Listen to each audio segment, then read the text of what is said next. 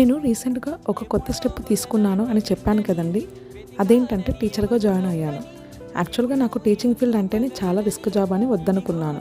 కానీ ఏదో ఒక స్టెప్ వేయాలి అని స్టార్ట్ చేశాను. టీచర్ అంటే నాకు హ్యూజ్ రెస్పెక్ట్ ఉండేది. ఇప్పుడు ఇంకా చాలా పెరిగింది. ఇంతకుముందు నేను టీచింగ్ వద్దనుకోవడానికి ఒకటే రీజన్, మన పిల్లల్ని మనం మేనేజ్ చేయాలి అంటేనే అబ్బా అనుకుంటాం. అలాంటిది క్లాస్లో ఎంతోమంది పిల్లలు ఉంటారు, ఒక్కొక్కరు ఒక్కో బిహేవియర్ ఉంటుంది. అంతమందిని నేను మేనేజ్ చేయలేనేమో అని అనుకొని వద్దనుకున్నాను. అయితే నేను ఈరోజు ఒక వీడియో చూశాను. నాకైతే చాలా బాధేసింది. మన చిన్నప్పుడు మన పేరెంట్స్ మనం చదవకపోతే, డిసిప్లిన్ లేకపోతే కొట్టండి అని టీచర్స్కి చెప్పి వెళ్ళేవాళ్ళు. కానీ ఇప్పుడు ఒక మాట అనొద్దు, అరచొద్దు అని రూల్స్ పెట్టారు. అసలు పిల్లలకి కొంచెం కూడా డిసిప్లిన్ లేదు, భయం లేదు. టీచర్స్ అంటే రెస్పెక్ట్ లేదు. ఆ వీడియోలో ఒక మ్యామ్ స్టూడెంట్ని ఏదో తప్పు చేస్తే జస్ట్ అరిచింది. దానికి ఆ స్టూడెంట్ దమ్ముంటే చెయ్యి అని అరిచాడు. Just 3rd or 4th class చదువుతున్నాడు అనుకుంటున్నాను.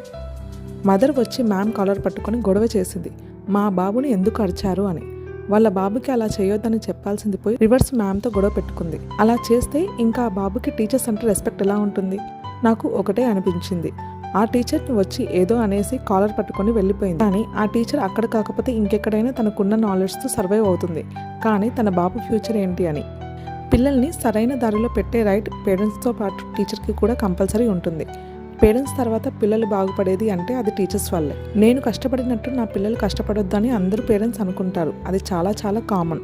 దాంట్లో అసలు తప్పు లేదు. పిల్లల్ని సుఖపెట్టండి, కానీ ఎథిక్స్ వాల్యూస్ నేర్పించకుండా మాత్రం పెంచకండి. ప్రేమ చూపించడంలో తప్పు లేదు, కానీ ఏది రైట్ ఏది రాంగ్ అని చెప్పకుండా, రాంగ్ చేసినా కూడా రైటే అన్నట్టు సమర్థిస్తే మాత్రం ఖచ్చితంగా తప్పే.